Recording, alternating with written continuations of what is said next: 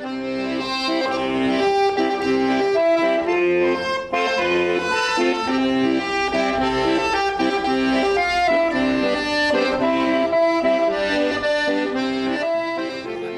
too would like to say thanks to everyone in Flagstaff who's taken the time to vote for me and put me back on the council for a third time now. And at the end of this, the culmination here will be 12 years of service. And in retrospect, it's gone by relatively fast. And what started this whole thing essentially was I got into a business here in town, a recycling business, and in that recycling business, I found myself dirt poor, filthy every day, working really, really hard, and enjoying every second of gathering this material that I was now taking out of landfill and saving my community one bit at a time. And it was very rewarding, although financially it was not rewarding at all. But what was really interesting was the sense of accomplishment in a mission-driven job that suddenly now your highs are high and your lows are low, but the sense of importance of what you're doing is really, really what drove me.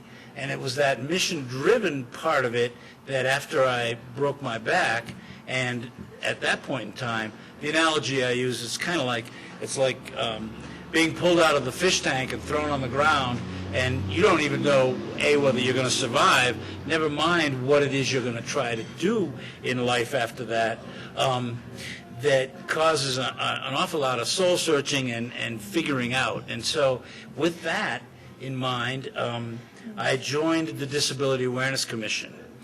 And there was an issue here in downtown with the parking situation that was going in across the street in what now is called Heritage Square, which had been a parking lot prior and now was going to be a community center, but was going to have underground parking. And I discovered that the codes for underground parking, for accessible parking, weren't being administered as they ought to be. Went down to City Hall and essentially raised a stink about that and found that I had a lot of attention. And as a result of that attention, we have 4 disabled parking spaces across the street from this hotel. We have a commitment towards others. And I realized what one person can do. One person can make an amazing amount of difference.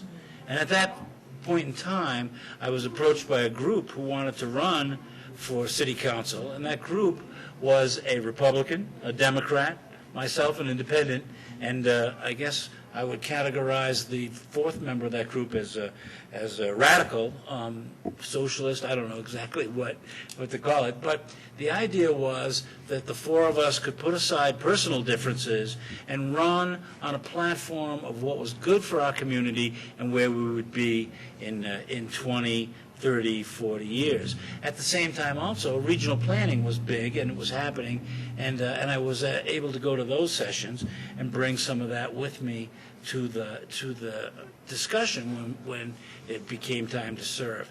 And I was lucky. I made it in. I was the 3rd in a slate of 3 and won by 40 votes. In fact, the next day, during the budget sessions, I was still sitting there tentatively until they came down and said, "Congratulations, you're in."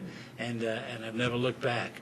And I've just enjoyed it thoroughly, and I've enjoyed it from the standpoint of getting out there, meeting everyone, listening to what they have to say, and I think my biggest challenge is probably separating leadership from representation in terms of knowing when to represent people and when to bring it all together and make a decision. And thanks for this opportunity, folks. I really have appreciated it.